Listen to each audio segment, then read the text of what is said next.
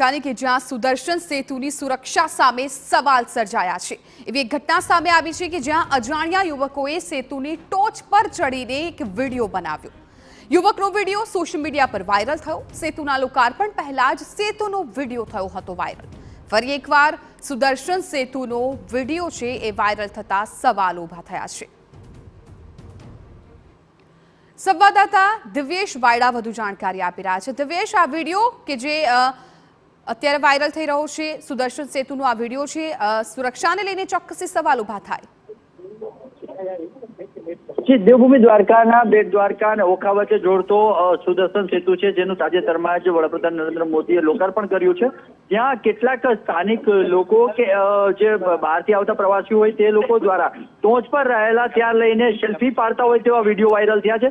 સુરક્ષાની દ્રષ્ટિએ તે જોખમરૂપ ચોક્કસથી કહી શકાય। ક્યાંક ને ક્યાંક જે સેતુ છે ત્યાં કેટલીક પ્રતિબંધિત જગ્યા જાહેર કરવામાં નથી આવી। ત્યાં લોકોને વિના રોકટોક લોકો પોતાની મરજી મુજબ જોખમી સેલ્ફી લેતા હોય તેવા દ્રશ્યો સામે આવ્યા છે।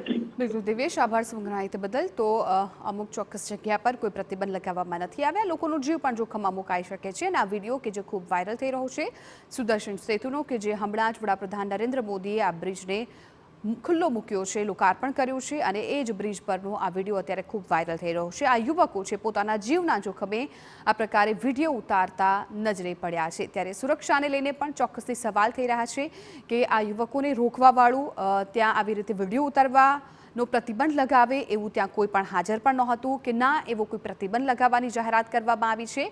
એટલે આ વિડીયોને લઈને અત્યારે તપાસ થવી પણ એટલી જ જરૂરી છે, કેમ કે આજે આ યુવકોએ આવો વિડીયો બનાવ્યો છે, કાલે અન્ય લોકો પણ આ પ્રકારનો વિડીયો છે બનાવી શકે છે।